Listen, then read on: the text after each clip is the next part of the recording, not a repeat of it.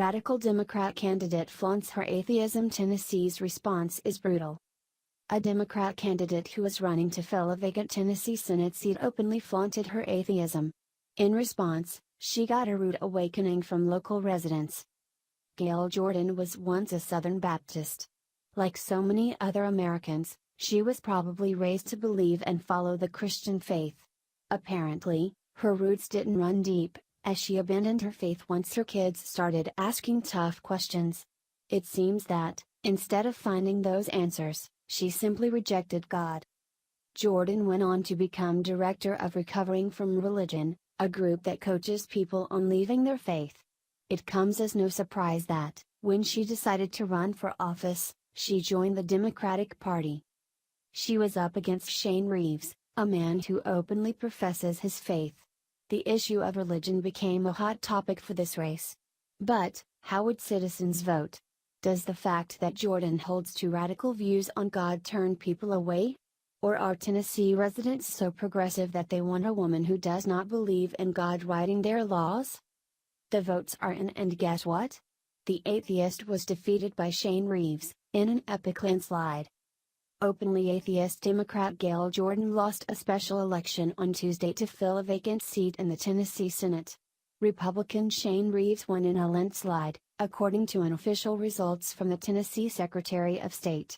He received 13,139 votes compared to 5,179 votes for Jordan. Reeves will fill a seat vacated by Republican Jim Tracy after he resigned to serve as state director of the U.S. Department of Agriculture's Rural Development Office. Source: Fox News. Surprise, surprise.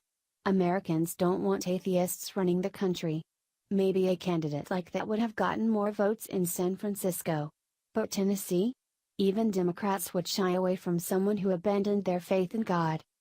The issue of religion, and how it affects a leader's judgment, became a major focus of this race. In other parts of the country, religion is seen as a detriment.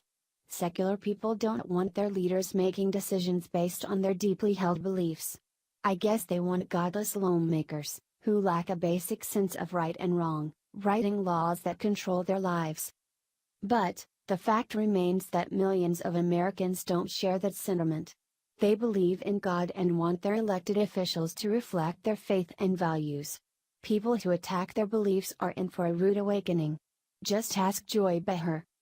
Campaign mailers, online ads and social media posts have targeted Jordan for her atheism and pointed out that she is the executive director of Recovering from Religion, a nonprofit that supports those doubting their religious beliefs.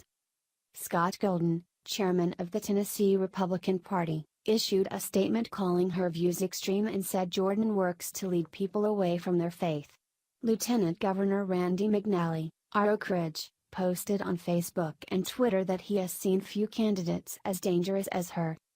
Reeves said he thinks district residents, especially traditional conservative family voters, need to be aware of the enormous contrast in worldviews between Jordan and himself. Source: Tennessean. In a country that's founded on biblical principles, leaders who lack a basic faith can be considered extreme. What is influencing their decisions on important issues? Pressing concerns, like abortion, marriage, adoption, and sexuality, will be colored by secular, immoral ideas. That's just too much for Tennessee voters. It's no surprise that they picked the Christian conservative in a landslide. This is yet another example of the left's blue wave fizzling out. For weeks, the liberal media has predicted a surge of Democratic support. Based on what?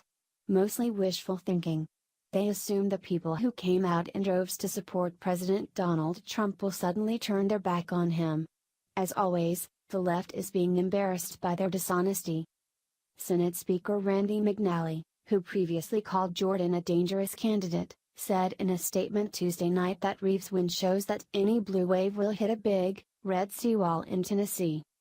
State Republican Party Chairman Scott Golden said the election shows that voters see the results of Tennessee's Republican leadership: increased economic opportunity, expanded access to education, and record low unemployment rates. Source: Fox News. Under Donald Trump, Republicans are moving full steam ahead. The economy is growing and the future is looking bright. We haven't experienced this level of optimism in a long time. The left will pull out all the stops to give their candidates the advantage. At least in this race, it didn't work.